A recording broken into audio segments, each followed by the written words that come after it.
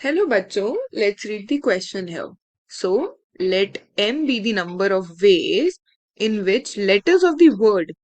what the word is, Kian, that can be permuted so that both the consonants are together. We'll talk about this when we are solving the question. And let n be the number of ways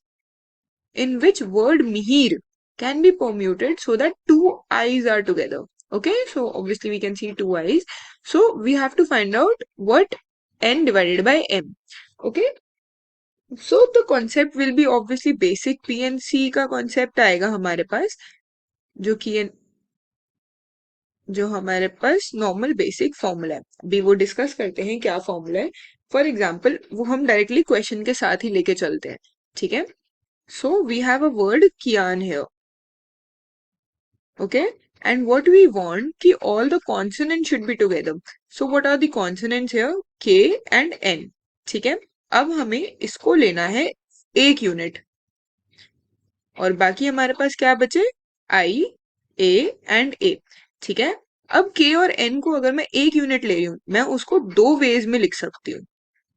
ठीक है k और n और k ठीक है इन दो तरीकों से ले सकती हूँ मैं अब जब हम बात करेंगे एम की पहली बात तो अभी हमारे पास कितने टोटल टाइप ऑफ अरेंजमेंट्स हैं एक तो मेरे पास के और एन वाला हो गया और मेरे पास आई ए और ए हो गया इसमें से मेरे जो ए और ए हैं वो रिपीट कर रहे हैं ठीक है तो मेरे पास वो शफलिंग वाला आ गया कि वहां पे वो रिपीट कर रहा है तो मैं उस चीज को डिवाइड करूंगी अभी देखते हैं जैसे तो यहाँ पे मेरे पास कितनी पॉसिबिलिटी है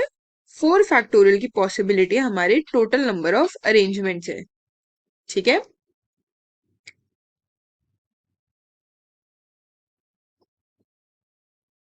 टोटल नंबर ऑफ अरेंजमेंट अगर मेरे पास दो ए है और उसको मेरे को करना है तो वो मेरे पास 2 फैक्टोरियल होगा अब यहाँ पे मेरे पास 2 फैक्टोरियल होगा क्यों क्योंकि ये दो टाइप है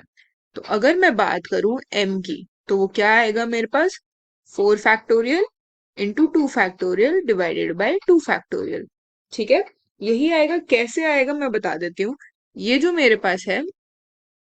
ये तो हमारे हो गए टोटल अरेंजमेंट्स ठीक है ये हो गए जो हमने के और एन वाली वैल्यू ली उसकी शफलिंग